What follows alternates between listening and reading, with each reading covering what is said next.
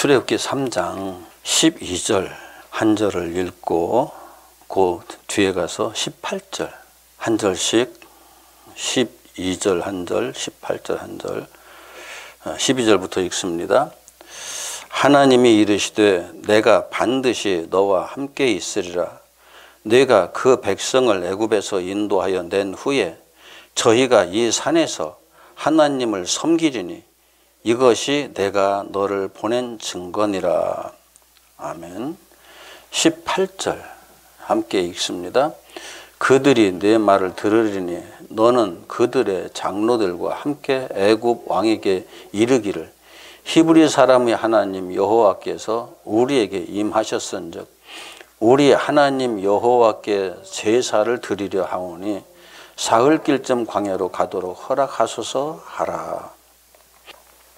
오늘 이 같이 읽은 본문 말씀에는 이스라엘의 출애굽 목적이 기록되어 있어요. 12절에는 하나님을 섬기기 위한 것이다. 그런데 여기 섬기다라는 우리말로 이렇게 번역해 놓은 것은 원문은 아바드예요. 아바드라는 말은 섬기다라는 의미가 아니고 하나님의 일을 한다 그런 의미예요. 하나님께서 시키시는 대로 하나님의 종이 되어 하나님의 일을 한다 그런 의미예요. 그런 것들을 원문 그대로 번역하려고 그러면 문장이 길어지니까 섬기다라는 단순한 단어로 집어넣어놨는데 이것 때문에 오해가 발생하죠. 그리고 18절의 끝부분에 보면은 우리 하나님 여호와께 제사를 드리려 하오니라고 되어 있죠. 제사라는 히브리 원어가 제바흐예요.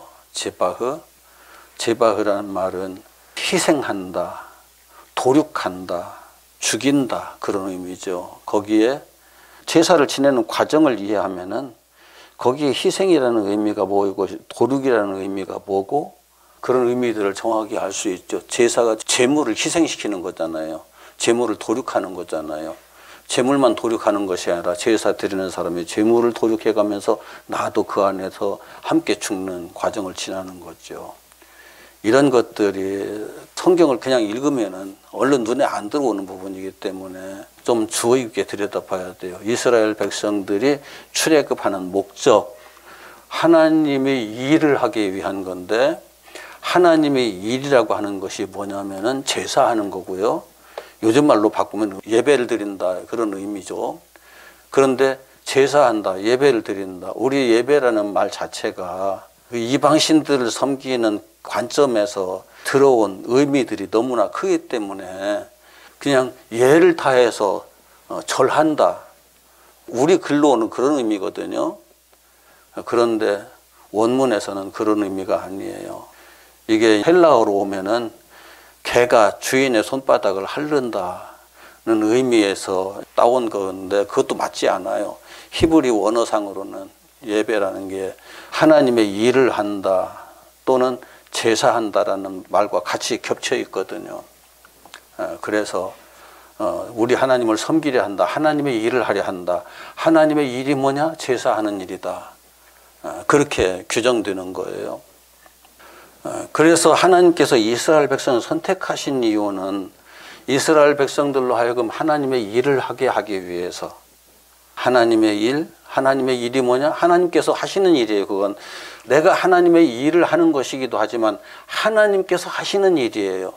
하나님께서 하시는 일이 가장 기본적인 게 가장 근본적인 게 가장 중요한 게 뭐냐면은 이 땅에 예수 그리스도로 오셔서 당신을 내어주는 거거든요.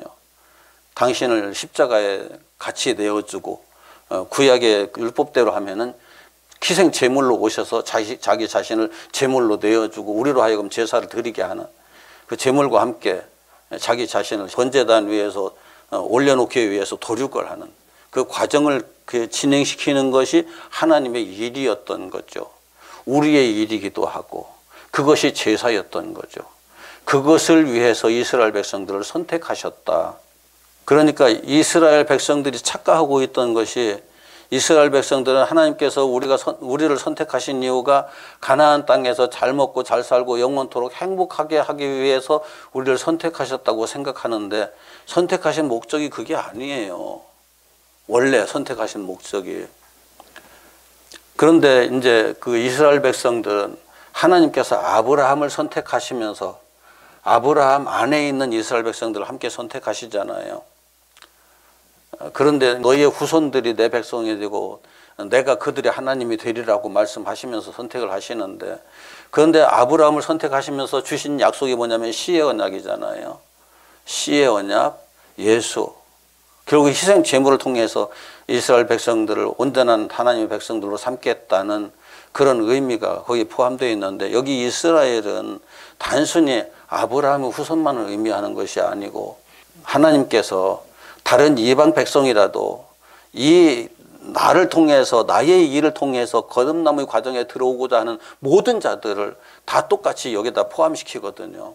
그렇기 때문에 이 땅에 하나님을 찾는, 하나님의 일을 같이 하고자 하는, 하나님께 함께 예배하며 제사하고자 하는 모든 사람들을 선택하셨다, 그런 의미죠. 그런데 좀 더 이제 그 역사를 거슬러 올라가면은 아담 안에서 이미 선택된 거예요. 아담 안에서 선택된 거고, 그래서 역사를 근거리도 볼 줄 알아야 되지만 원거리도 볼 줄 알아야 되죠. 먼 거리에서 맨 처음 역사가 시작된 목적이 어디에 있느냐? 아담을 창조하시고 하와를 창조하시고 그 역사를 시작하신 목적이 어디에 있느냐? 하나님 나라에 당신의 자녀들, 당신의 백성들을 채우기 위한 것이었거든요. 요즘 복음이 많이 왜곡되어 있는데 예수 잘 믿으면 이 땅에서 잘 먹고 잘 산다는 이상한 복음이 사람들 속에 너무나 보편화되어 있어요.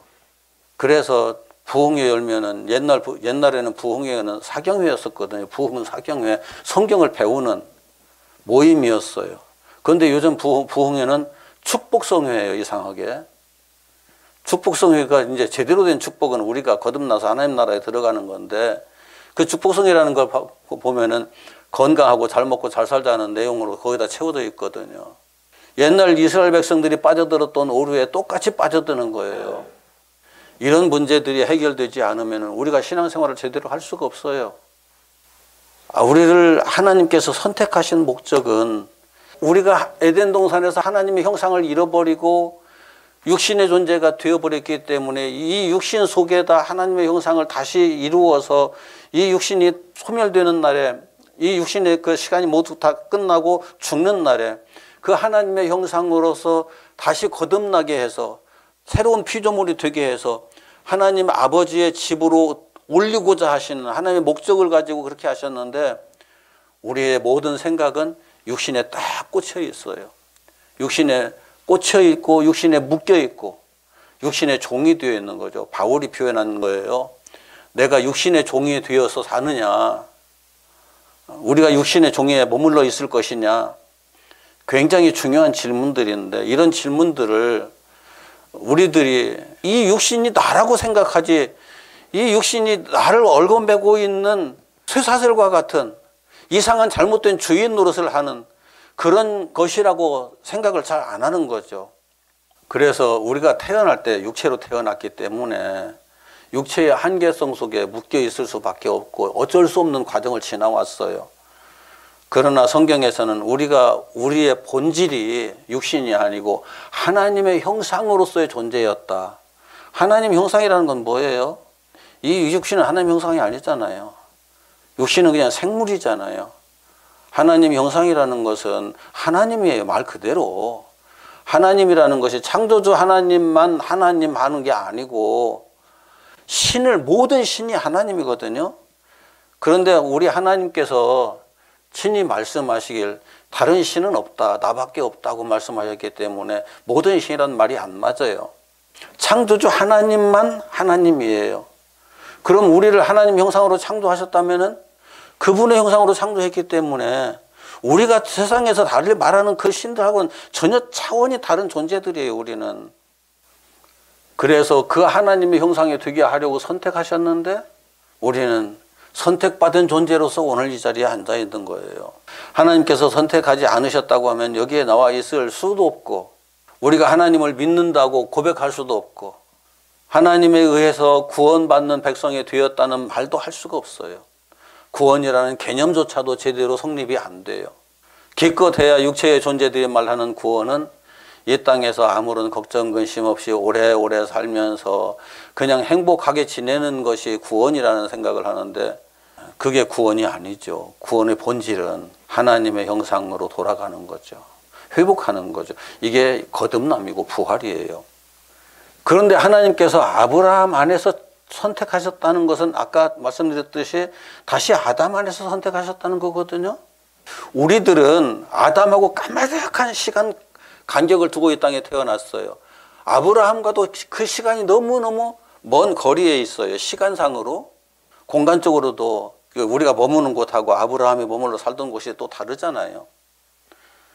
그런데 하나님은 시간과 공간에 아무런 영향을 안 받아요. 그분은 시간과 공간을 창조하신 분이거든요.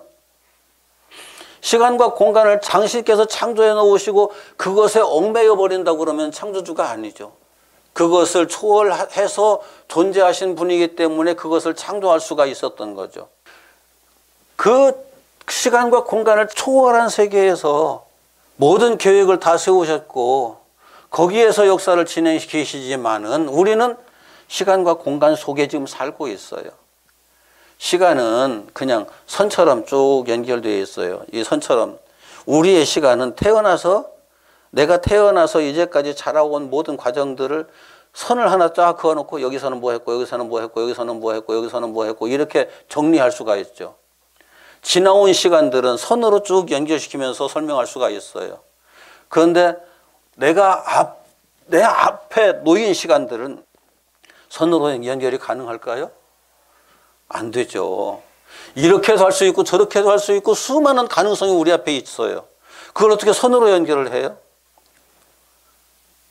그런데 하나님은 그 모든 가능성을 다 계획하고 생각하시고 그 가능성에 따른 여러 가지 일들을 한꺼번에 다 생각하셨다는 거죠. 하나님이시기 때문에 창조주이시기 때문에 가능한 거지 우리로서는 상상조차 할 수 없는 거예요. 컴퓨터도 아무리 성능이 좋은 컴퓨터도 그 무한한 가능성, 무한한 경우의 수를 다 완벽하게 정리해 갈 수는 없어요.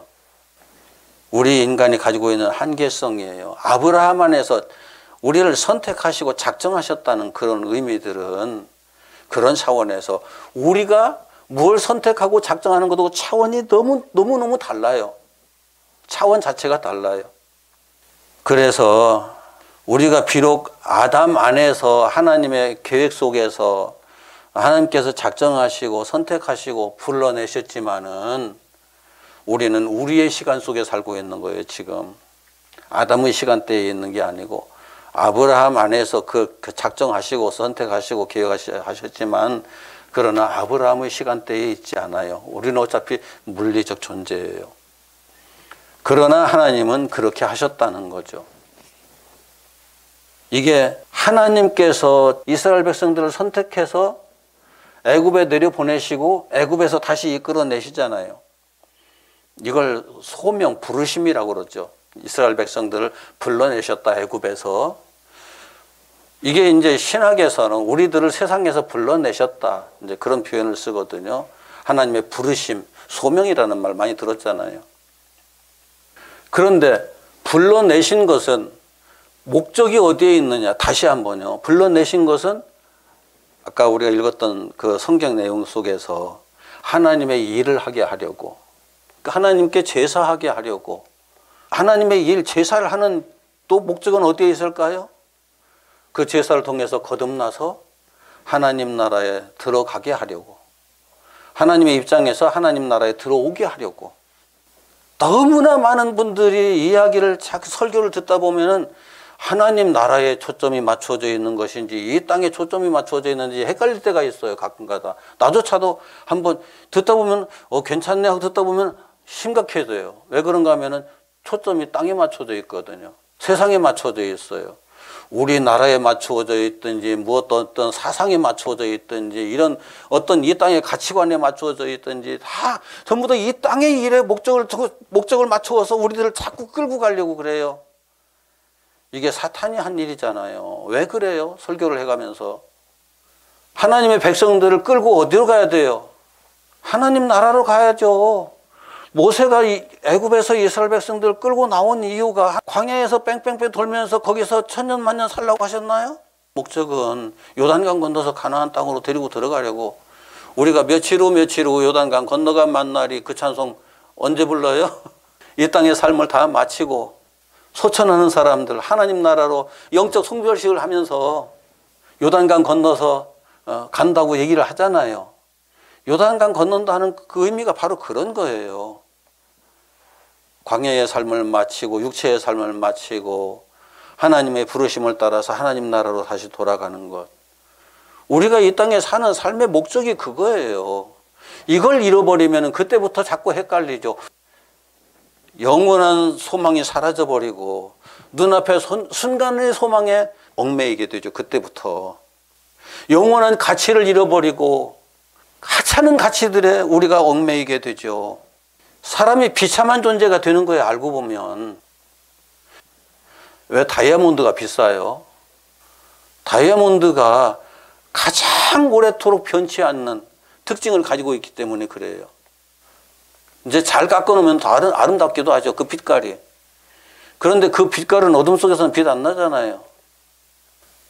영원한 것을 사람들은 그만큼 소망을 해가면서 그것에 가치를 먹이거든요. 그런데 진정한 가치는 이 땅에는 물리적인 세계에는 없어요. 다이아몬드도 불 속에 들어가면 타요. 약한 불 속에서는 안 타지만은 어떤 물질도 타지 않는 물질이 없어요. 변치 않는 물질이 없어요. 변치 않는 것은 시간이 지나도 공간이 바뀌어도 뒤틀려도 이 세상에 천지개벽의 역사가 일어나도 이 지구가 한꺼번에 녹아내리는 그런 상황에 이른다 할지라도 하나님 나라하고는 아무 상관없어요. 이스라엘을 불러내신 목적이 하나님 나라 때문에 불러내셨죠. 하나님 나라로 데리고 가려고 그러면은 그 다음엔 그냥 애굽에서 나왔으니까 바로 들어가지나요?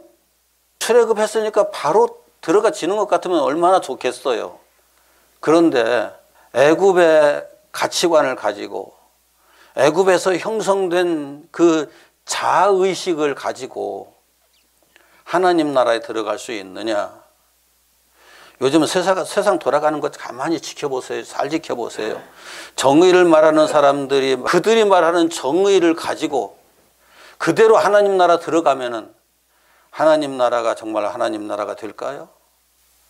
이 세상 사람들이 가지고 있는 아무리 아름다운, 아무리 뛰어난, 아무리 고상한 가치를 얘기한다고 해도 그걸 가지고 하나님 나라에 들어가면 그곳이 하나님 나라가 될까요?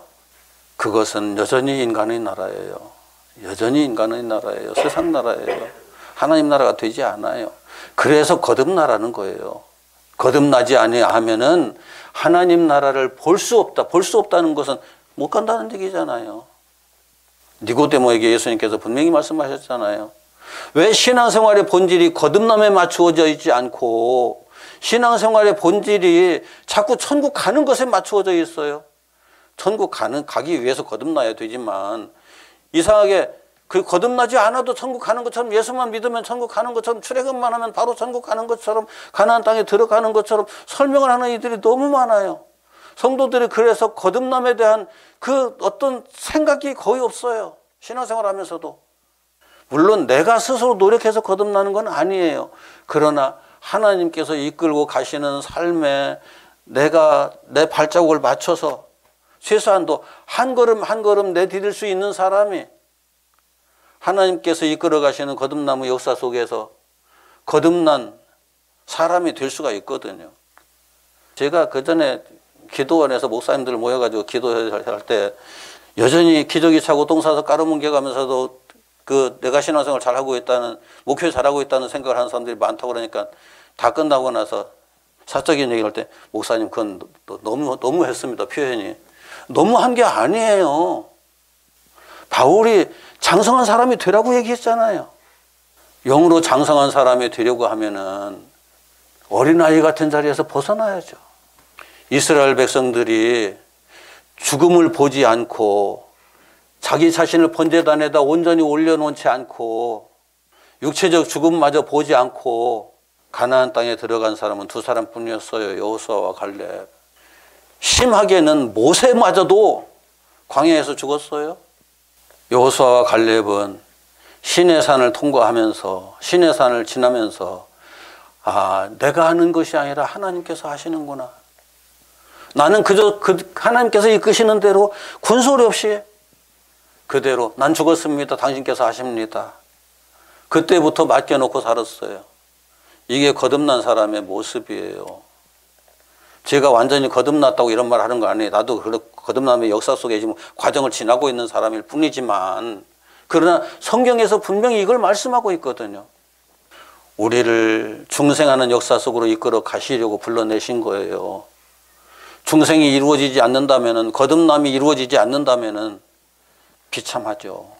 그런데 제가 참 감사한 게 조금씩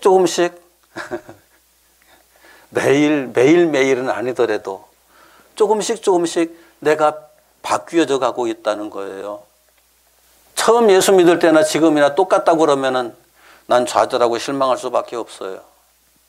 그러나 시간이 지나는 대로 조금씩 생각이 바뀌고 마음이 바뀌고 행동이 바뀌고 그래가면서 나라는 존재가 이렇게 점점 새로운 피조물로 되어져 가고 있구나 하는 그것을 보고 있으니까 하나님께서 이제까지도 하셨다.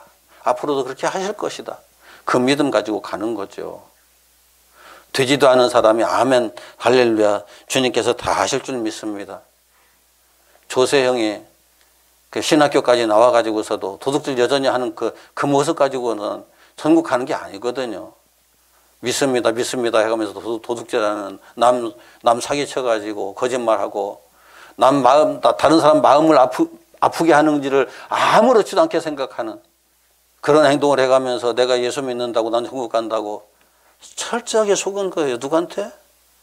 사탄에게 속은 거예요. 또 다른 말로 바꾸면 자기 자신에게 속은 거예요. 하나님은 우리를 하나님의 백성으로 새로운 피조물로 다시 태어나게 하기 위해서 우리를 선택하시고 불러내시고 이 역사 속으로 이끌어 들이신 거예요.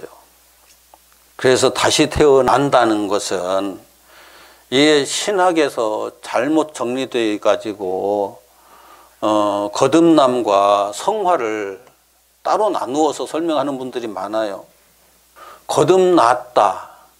그런데 거듭났다고 사람이 다 완벽한 것이 아니기 때문에 그때부터 성화되어져 가는 거다.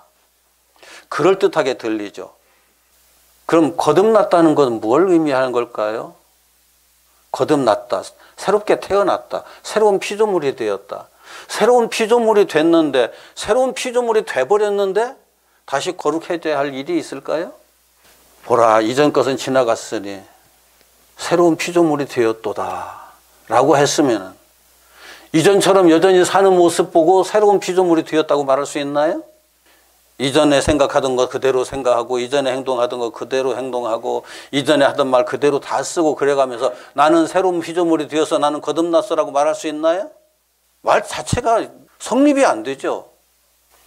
새로운 피조물이 되었다는 것은 이전 사람이 아니라는 거잖아요. 이전 것은 다 지나가 버렸어요. 더 이상 내게 머물러 있지 않아요. 바울이 표현한 대로. 그러기 때문에 우리가 그 과정 속에 있다고 표현하는 거고, 바울도 자기가 다 되었다고 말하지 않는다. 다 이루었다고 하는 것도 아니다. 다만 예수 그리스도의 손에 붙잡힌 바 된 것을 나도 잡으려고 열심히 달려가는 사람일 뿐이다. 바울이 자신의 사역을 다 마쳐갈 즈음에 디모데에게 한 고백이에요. 그럼 우리는 바울보다 더 위대한가요? 우리가 이 땅에 사는 동안에 육신을 가지고 있는 동안에는 똑같이 고백할 수밖에 없어요.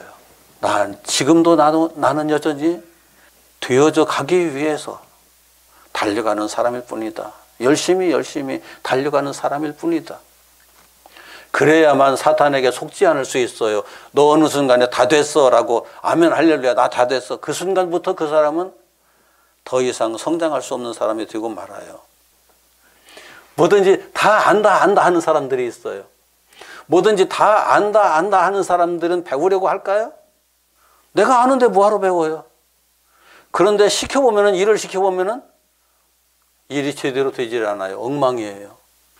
안다고 말은 하는데 일은 되지 않는 것이 아는 걸까요? 여전히 모르는 거잖아요. 거듭났다고 하면은 거듭난 삶의 모습이 보여야죠. 완벽하게 거듭난 사람으로서의 삶의 모습이 보이지 않는데 내가 거듭났다. 그때부터 사탄에게 속은 거예요. 자기 자신에게 속은 거예요. 우리는 끝까지 되어져 가는 사람일 뿐이에요. 하나님 앞에서. 그게 하나님께서 우리에게 원하시는 자세이기도 하고요. 우리가 숨 거둘 때까지 하나님, 내가 아직 못 이룬 것이 있다면 주님께서 이루어 주십시오 라고 주님의 손에 나 자신을 맡겨드리면서 고백을 하는 것이 그게 최선의 모습이죠. 그리고 나서 나의 갈 길을 다 달리고 믿음을 지켰습니다는 고백은 그때 할 수 있는 거고요. 하나님께서는 하나님의 백성으로 완전히 거듭난 60만 명이 출애굽했잖아요. 60만 명 중에 여호수아 갈렙 빼놓고 살아서 가나안 땅에 들어간 사람 없어요. 다 육신이 죽어서 후손들이 다시 태어나서 그 후손들이 다시 60만 명이에요. 그래서 60만 명이 새로 태어난 60만 명이 가나안 땅에 들어가요. 거듭난 사람이 하나님 나라 들어가는 것을 그렇게 성경은 우리들에게 가르치고 있는 거예요.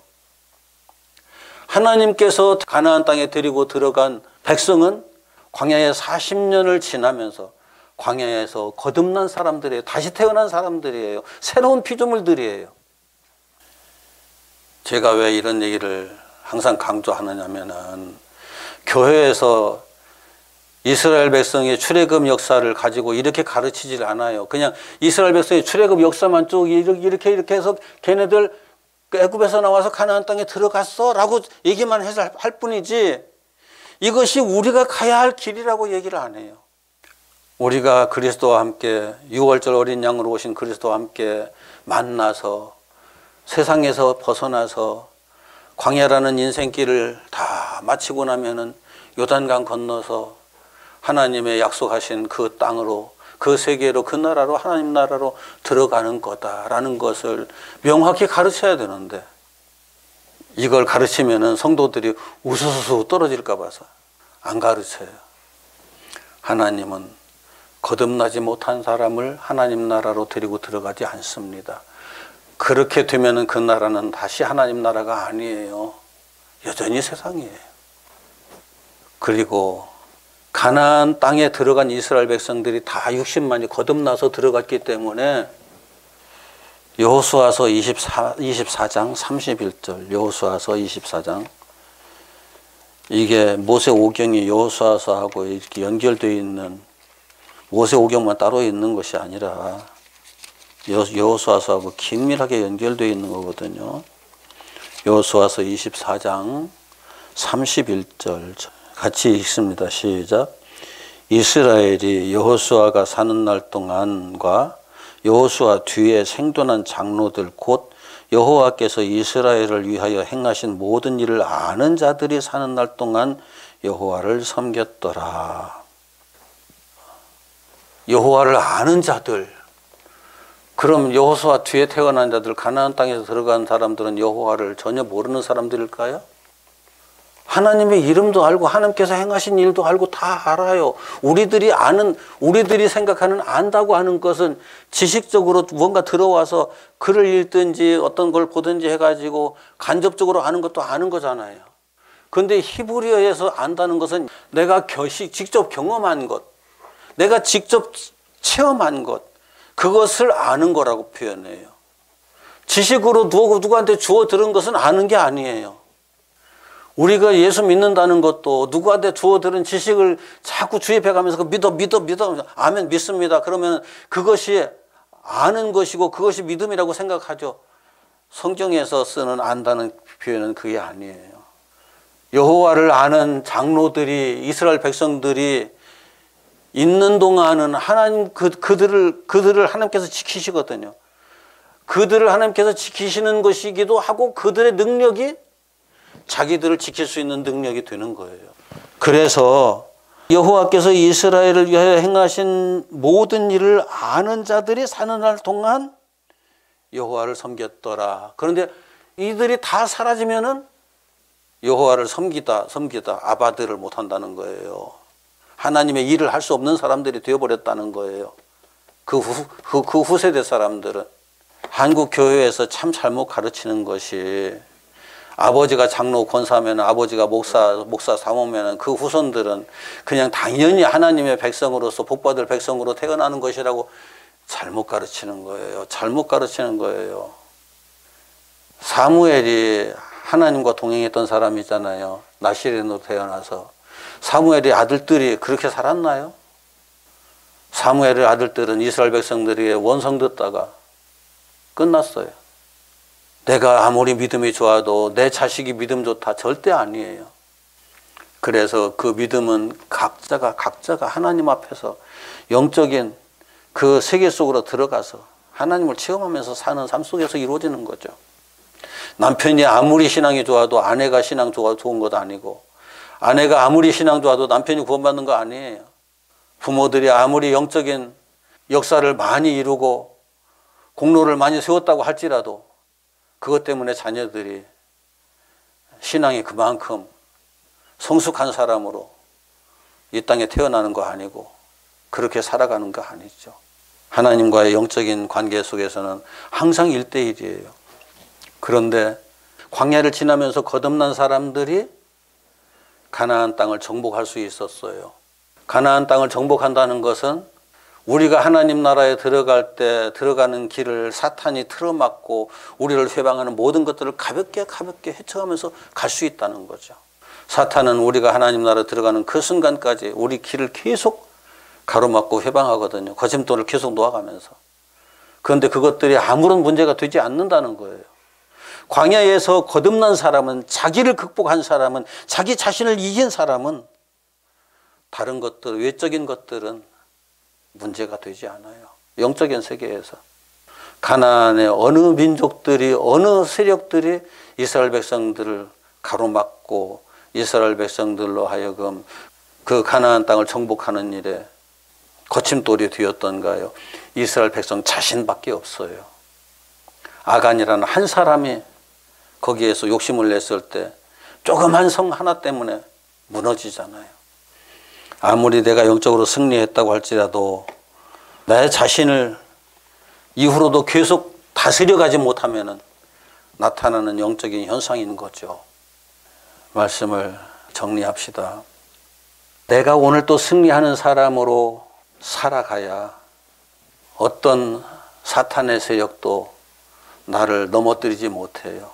하나님 나라 들어가는 그 순간까지 우리는 이 영적 싸움에서 한순간도 움츠러들지 말고 나태해지지 말고 방심하지 말고 깨어서 승리하는 사람이 될 때에 이 땅에서도 내가 하나님 나라를 부분적으로 누리며 살고 이 땅의 삶을 다 마치고 그 나라 들어갈 때에 어려움 없이 당당하게 성령께 이끌려서, 주님께 이끌려서 그 나라에 들어갈 수 있는 사람이 되는 거죠. 영적 싸움이 왜 싸움일까요? 이게 경주라고도 표현하고, 경주 그 마라톤 하는 사람들 지켜보잖아요. 마라톤 하는 사람들이 대충 달리던가요? 결국은 자기와의 싸움이에요. 끝까지. 자기와의 싸움에서 패배하면은 어떤 것도 안 돼요. 그런데 우리가 싸울 수 있는 한계성은 너무나 명확해요. 육체를 내가 완전히 극복할 수 없어요. 그래서 주님께서 나와 하나가 되셔서 나를 이끌고 가시는데, 내가 육체의 존재이기 때문에 내가 이 육체를 극복하려고 그러니까 나도 힘이 들어요. 솔직히 내가 아무런 힘 안 들이고 술술 잘 가진다? 그럴 것 같으면 왜 영적 싸움이라고 그래요?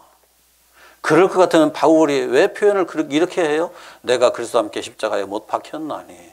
나는 가만히 있어서 주님께서 못 박히시고 주님께서 다 해결하셔서 그렇게 표현한 바울은 하지 않았어요. 그런데 우리들이 자꾸 그렇게 믿고 싶어 해요. 그렇게 설명하는 사람들이 있어요.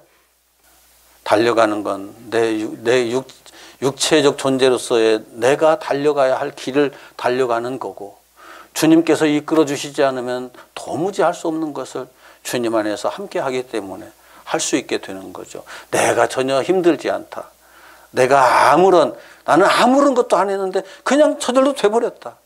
이것은 하나님께서 이스라엘 백성들을 독수리의 날개로 업어다가 가나안 땅에 내려놓으셨다는 표현과 같은 표현이에요.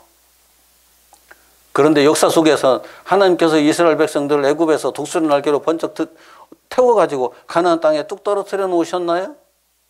그게 아니잖아요.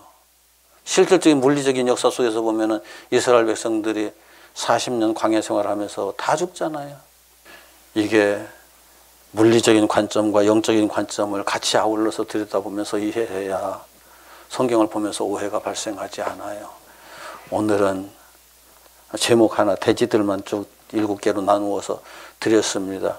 한 주제 한 주제가 상당히 긴 시간을 설교를 해야 되는 부분들이지만은 저와 여러분들은 계속 이 말씀을 나누었기 때문에 이렇게 정리해서 드려도 이해할 수 있지 않을까 말씀을 드렸고요. 다음 주부터는 출애굽의 전체 과정들을 또 상세하게 같이 나누면서 우리에게 향하신 하나님의 뜻, 우리 안에서 이루어지는 하나님의 일, 아바드, 이런 것들을 상세하게 서로 살펴보고자 합니다. 기도합시다.